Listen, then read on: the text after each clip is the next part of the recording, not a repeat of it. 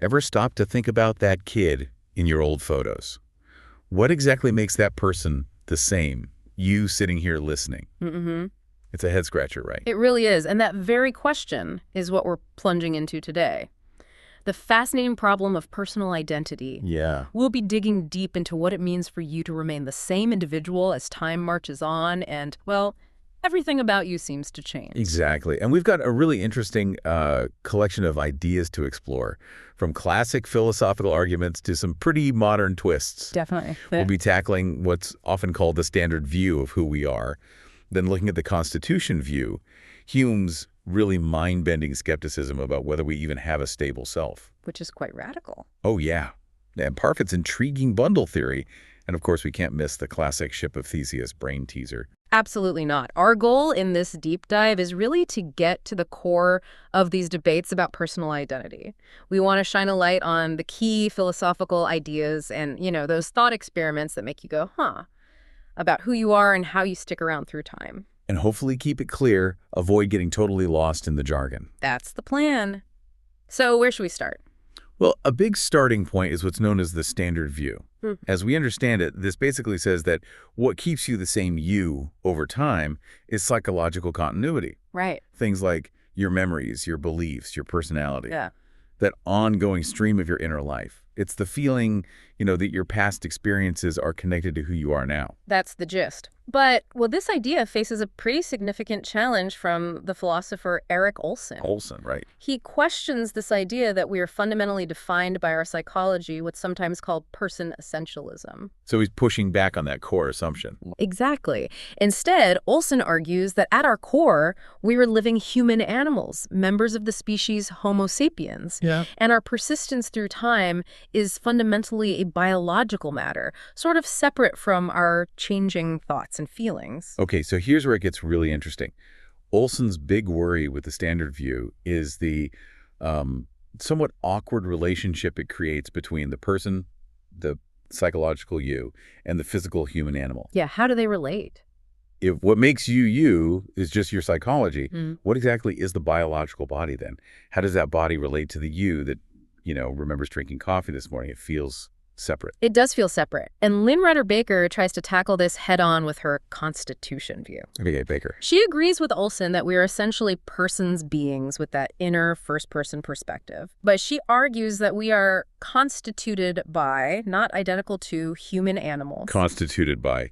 Like made of? Kind of. Think of it like a statue and the clay it's made from. The statue isn't the clay itself, right? Even though it's entirely composed of it. So for Baker, the biological human animal is the stuff we're made of, but we as persons are something else organized in a particular way. We have this first-person perspective. So Baker's saying we are these thinking, feeling beings, these persons, but we're made possible by our biological animal bodies. But does this idea of being constituted by really solve the puzzle of how our psychological selves and our animal nature connect? It still feels a bit like, are we just sidestepping the fundamental question of what we are, animal or person? That's exactly the tension, and it leads us straight to David deGrazia's critical look at Baker's view. Oh, Grazia, okay. Now, while he acknowledges that Baker strengthens the standard view in some ways, deGrazia brings up some, serious problems. The first one he highlights is what he calls the newborn problem. The newborn problem. Okay, what's the issue there? What's so problematic about newborns for Baker's idea? Well, remember, Baker defines persons as beings with the capacity for a first-person perspective, that ability to have subjective experiences and think about oneself as oneself. Right, the capacity is key. Yes. However, newborns, they don't yet have this capacity in a fully developed way. Their brains are still developing quite rapidly. Okay. So deGrazia argues that because Baker believes we are essentially persons, that person essentialism again, combined with her definition of personhood, well, it leads to the rather strange conclusion that you and I were never born. wait a second. We were never born? How does that follow? That sounds completely counterintuitive. I know, it sounds wild. But the logic goes like this. If we are fundamentally persons, and being a person requires at least the capacity for a first-person perspective, then we could never have been beings without that capacity. Ah, I see. Because we are persons, essentially. Exactly. Since newborns lack this developed capacity, Baker's view suggests that the little beings that came out of the womb weren't actually us yet. They were perhaps the animals that would later constitute us. Wow. DeGrazia points out that while some people might be okay with the idea that they weren't persons as fetuses, the idea that we weren't even us as newborns, that really goes against our common sense, our intuition. That really makes you think. So it's not just about when consciousness starts, but whether the actual thing before that consciousness fully kicks in is even the same fundamental being as the person it will eventually become. Precisely. And DeGrazia kind of doubles down on this by pointing out that a newborn's behavior in its first week isn't dramatically different, externally at least, from that of an anencephalic infant, which lacks significant brain structure and presumably consciousness. Which really raises some uncomfortable questions about the status of these very early stages of human life under Baker's view, doesn't it? It does. And DeGrazia has another big concern with Baker's idea too, right? Something about this first-person perspective itself. Yes, exactly. He calls it the problem of first-person perspective. Okay. Baker leans heavily on the idea that the persistence of this inner subjective viewpoint is key to personal identity. And, importantly, she rejects the idea of a separate, non-physical soul doing the work. Right. No soul need. But the issue DeGrazia raises is, what exactly is a particular first-person perspective, if you're not talking about a soul or something non-physical? How do you define your specific viewpoint and how it continues over time without just reducing it to, say, brain states or something non-personal? I see the difficulty. If it's not a soul and it's just the way you experience the world, Yeah. how do you pin down its boundaries? How do you track its continuation, especially when things about you like memories or beliefs change so much? Yeah, what makes this perspective the same one as yesterday's? DeGrazia illustrates this with a classic thought experiment variation.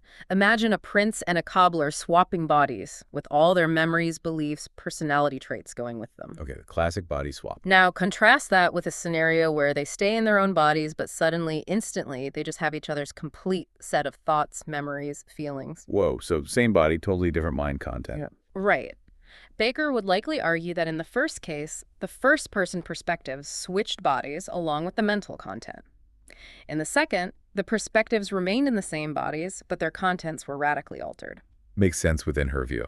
But DeGrazia questions whether this distinction really captures what we intuitively feel is different. Does it really feel like the prince is now the person in the cobbler's body in that first scenario? Is the perspective itself the thing that moved? Or is it just the psychological stuff? It does feel like we're circling back to that old mind-body problem, but focus specifically on the subjective I. It does. So even if this first-person perspective continues in some way, if its content and even the body it's linked to can change so drastically, like Baker apparently accepts scenarios like being teletransported to a new body or even, bizarrely, turning to a cockroach, as long as the perspective persists. Yeah, she allows for some pretty out there cases. Does it really hold the key to our identity, the continuity of us? That's the heart of DeGrazia's concern. It feels like the perspective needs grounding somehow.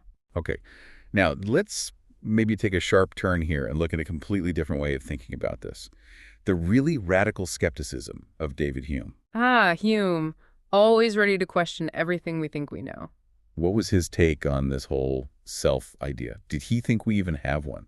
Well, Hume was deeply skeptical. He questioned whether we even have a stable self that endures over time at all. No self. His argument was based on his core belief that all our knowledge comes from our senses, our impressions. When we look inward, he said, when we introspect, we never actually find a constant, unchanging self. What do we find then? All we ever encounter are fleeting impressions, thoughts, feelings, perceptions, desires constantly changing, like a flowing river or maybe a movie reel. There's no single frame that is the movie, just the sequence. So for Hume, the idea of a continuous me is almost an illusion, something our minds construct because these experiences flow together.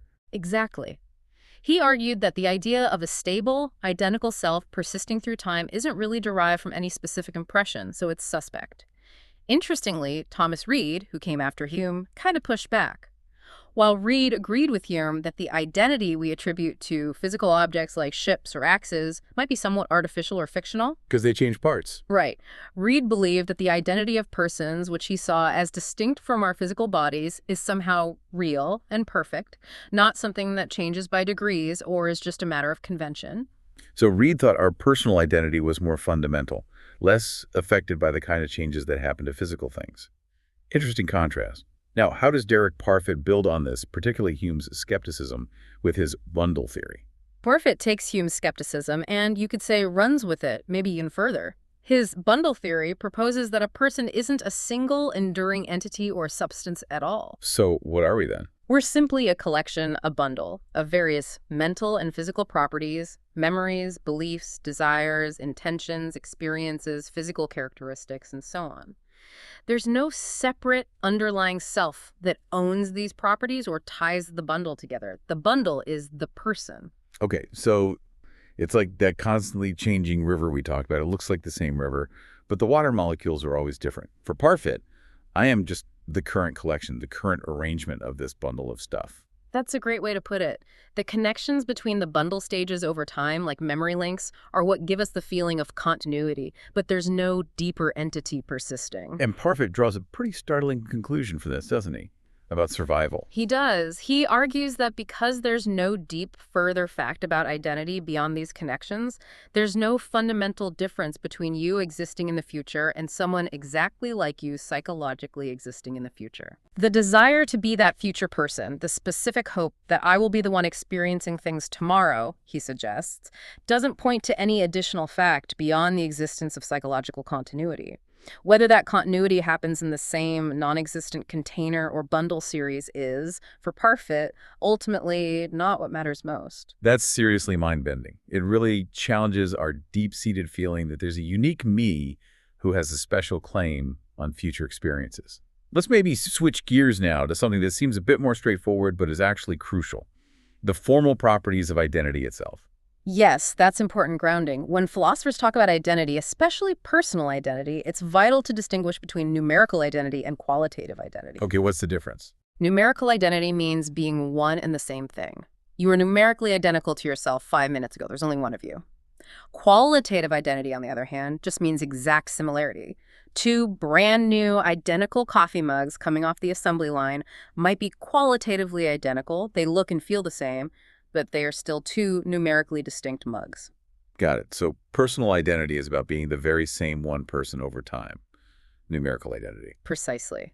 And this concept of numerical identity follows certain basic logical laws. There's congruence. If X is identical to Y, then they must share all the same non-relational properties. If you are identical to the person who committed a crime yesterday, you must have the property of having committed that crime. Makes sense. There's reflexivity. Everything is identical to itself. XX. Seems obvious, but it's foundational. And these lead to symmetry. If XY, then YX. And transitivity. If XY and YZ, then X. That transitivity one. If I'm the same person as the baby in the photo, and the baby is the same person as the fetus, then I'm the same as the fetus. Exactly. And these basic rules become really important, almost like constraints, when we start wrestling with some of the paradoxes of personal identity, like fission, which seems to break transitivity. Right, we'll get back to that. Yeah. And as we touched on earlier with Baker and the newborn problem, even defining what we mean by person can be tricky without already assuming an answer to the persistence question itself. Absolutely. It's a bit circular sometimes. If we use, say, John Locke's famous definition of a person as a thinking, intelligent being that has reason and reflection and can consider itself as itself. The self-conscious being. Yes. Then we might unintentionally exclude beings like fetuses, infants, or individuals in a persistent vegetative state from ever being considered persons in the same numerically identical way that we are now. If personhood requires these abilities, and those beings lack them, maybe they aren't the same entity as the later person. This has huge ethical implications, of course. Definitely. Moral status. Yeah. That all gets tangled up. So the very way we define person can influence who we consider to be the same person across time. It really can. Now, besides Locke's definition focusing on self-consciousness, what other criteria have philosophers proposed for figuring out this numerical personal identity over time? There's a whole range of views out there. Some are what philosophers call weakly reductive, meaning they try to explain identity in terms of other things, psychological or physical continuity, but they might still leave room for something non-physical, like maybe an immaterial soul playing a role, though that's less common in contemporary philosophy. Okay, so mostly reductive views then. Mostly.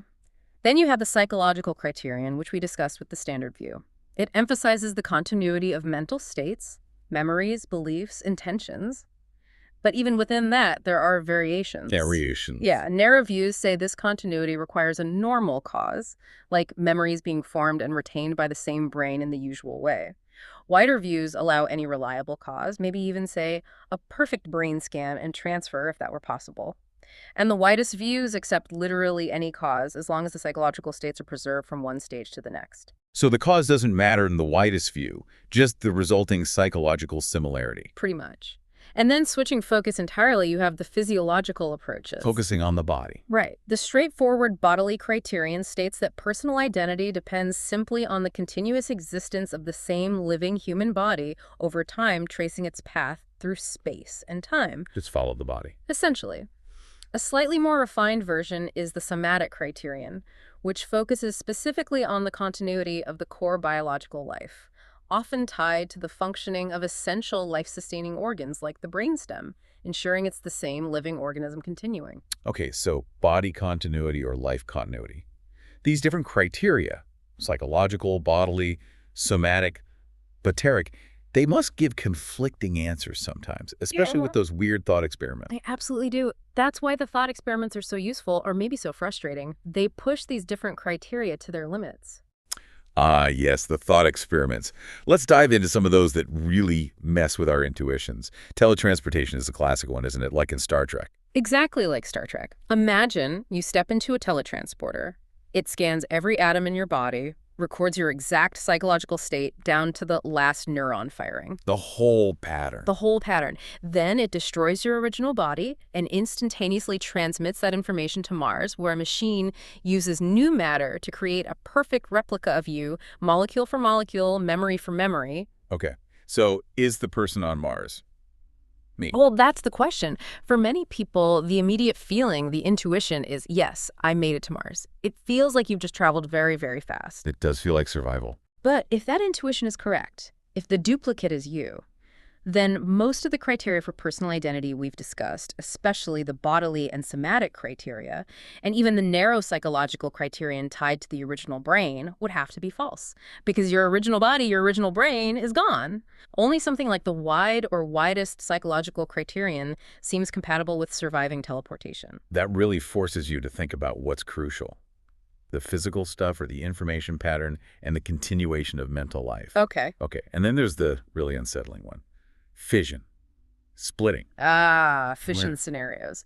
These are designed specifically to test the logical consistency of our ideas about identity, particularly that rule of transitivity we mentioned, if A, B, and B, C, then AC. How does fission test that? Imagine your brain is surgically split, maybe your corpus callosum is severed, and each hemisphere, which we know can support consciousness to some degree, is transplanted into a new, identical, healthy body. So two bodies, each with half of my original brain. Exactly. Now you have two individuals walking around. Let's call them lefty and righty, or Y1 and Y2. Both of them seem to have all the memories, beliefs, personality traits of the original you, X, up until the operation. They both feel like they're you. Okay, that's already weird. Here's the paradox. If we say X is identical to Y1 because of psychological continuity from one hemisphere, and X is also identical to Y2 because of continuity from the other hemisphere, then by transitivity, Y1 should be identical to Y2. But they're clearly not. They're two separate people walking around in different places. Precisely. They can have different experiences from the moment they wake up. Yeah. So psychological continuity, if it can branch like this, seems like it can't be the whole story of numerical identity, because identity itself logically cannot branch. You can't be identical to two distinct things. Wow. That really hits the logic hard. I seem to recall reading something about a no-branching proviso that tries to deal with this, like a patch. Yes, some philosophers, trying to save the psychological criterion, propose adding a no-branching proviso. It essentially says, psychological continuity is identity, unless that continuity branches. So X is identical to Y1 only if Y2 doesn't also exist, and vice versa. So if my brain gets split, neither of the resulting people is me. I just cease to exist at the point of splitting.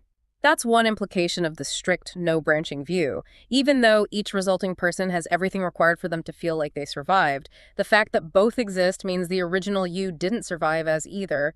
This avoids the logical contradiction of transitivity. But it leads to a very strange result.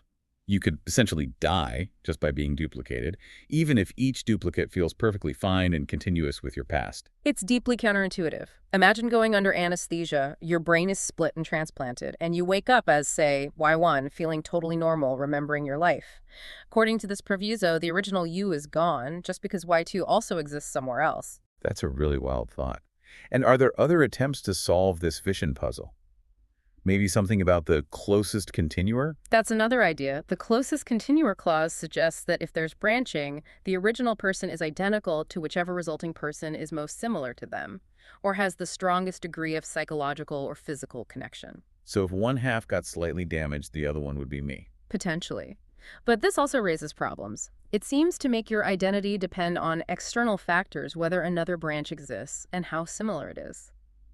Our intuition is usually that whether I continue to exist should depend only on intrinsic facts about me and my continuity, not on whether some competitor pops into existence elsewhere. Yeah, it feels wrong that whether I survive depends on someone else. It seems like every time we try to nail down identity in these extreme scenarios, we end up with some pretty uncomfortable or counterintuitive results. That's often the case in philosophy. And then there's the combined spectrum thought experiment, which sort of highlights how blurry the lines can become even without dramatic splitting. Exactly. Forget fission for a moment.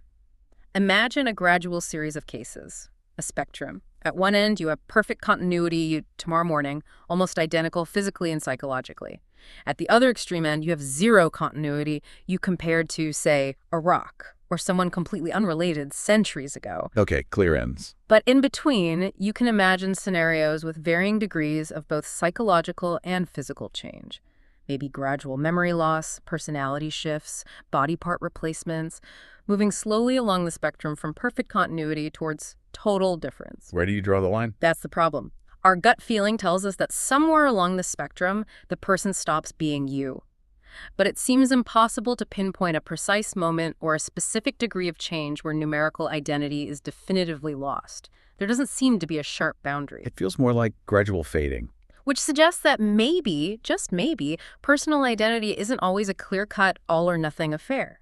In some borderline cases, perhaps it's genuinely indeterminate whether the later person is the same as the earlier one. So sometimes the answer to, is that still me? Mm-hmm. Might just be, maybe, or sort of. That feels a bit unsettling, but also, in a way, maybe more realistic given how much we actually do change over our lives. It does challenge the idea that identity must always be definite. And of course, speaking of changing parts, we absolutely cannot forget the granddaddy of all identity paradoxes, the Ship of Theseus. Ah, the legendary Ship of Theseus. Yeah. Yes. Tell us the story again. Okay, so the classic story, from Plutarch, I believe, involves the ship Theseus sailed back from Crete. The Athenians preserved it as a memorial, but over time, as the wooden planks decayed, they replaced them one by one with new, identical planks. Right, gradual replacement. Eventually, every single original plank had been replaced. The question is this ship, the one now made entirely of new planks but occupying the same spot and having undergone gradual replacement, still the same ship of Theseus that sailed back from Crete? It seems like it should be. Yeah. It has the continuous history. But here's the twist, added later by philosophers like Hobbes. Imagine someone, maybe a sneaky ship mollector, gathered up all the old original planks as they were removed.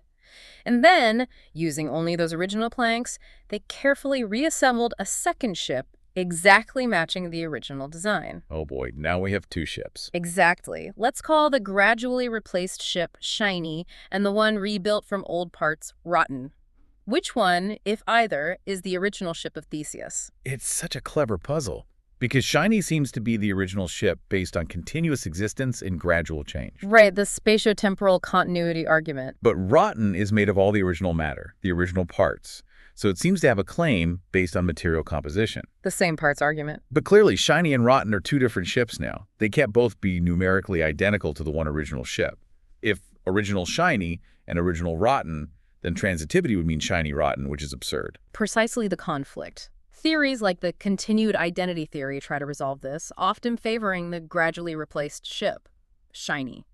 They might argue that an object remains the same as long as it exists continuously under the same identity or form and isn't completely disassembled and rebuilt even with the same materials. Gradual change preserves identity, total reconstruction creates a new object, or maybe just a replica. It still feels ambiguous, though. And we see similar versions of this, right? Like the grandfather's axe. Yeah, the classic joke. This is my grandfather's axe. My father replaced the handle and I replaced the head. Is it still grandfather's axe? Or Trigger's broom in Only Fools and Horses, 17 new heads and 14 new handles. Same broom. Yeah. These thought experiments, whether ships or axes or people splitting, they really expose how fuzzy and perhaps context-dependent our everyday understanding of identity is. They really do. So bringing it back to us, what are some of the real-world, maybe ethical consequences of these different philosophical views on personal identity? It's clearly not just an abstract brain game, is it? Not at all. The implications can be profound. Consider a really radical idea, sometimes called the waking theory, which is sort of related to the bundle theory or Humean skepticism. In its most extreme form, it suggests that maybe we essentially cease to exist every time we lose consciousness, like in deep sleep, and a new person, psychologically continuous but numerically distinct, arises in our body each morning. Whoa, so I'm not the same person who went to bed last night. According to this very extreme view, no. Now, this has some pretty wild ethical implications if taken seriously. If that were true, would you be responsible for what the person yesterday did? Would promises made yesterday still hold for the you that woke up today? Should you care about the well-being of the person tomorrow any more than a stranger's? That sounds like a recipe for total chaos. Sorry, officer, that speeding ticket was for a previous occupant of this body. Sorry I ate your last slice of pizza last night. That wasn't the current me. Exactly. It sounds absurd because our entire moral and legal framework is built on the assumption of enduring identity. This highlights how deeply our understanding of personal identity is connected to our ideas about responsibility, accountability, promises, future planning, and our fundamental sense of self-interest projecting into the future. So maybe even if strict philosophical identity doesn't hold in the way we intuitively think, something like it has to be doing the work ethically. That's a common response.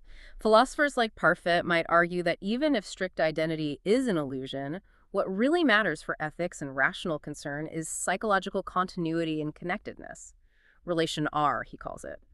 If the person tomorrow has all your memories, character traits, and cares about the things you care about now, maybe that's enough for practical purposes, enough to ground responsibility and concern, even if they aren't numerically identical in some deep metaphysical sense. It's like even if I am just a flowing bundle of experiences, the fact that there's this strong continuous thread linking those experiences is what gives rise to our sense of self and our ethical framework.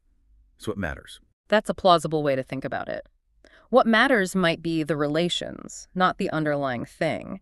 And relatedly, the idea of consciousness itself being split, like in fission, sometimes called phenomenal fission, is also debated. Some argue it might be conceptually impossible, that the unity of consciousness might prevent such a division from actually occurring, making the thought experiment misleading. So maybe consciousness just can't be split like that. That's one line of thought.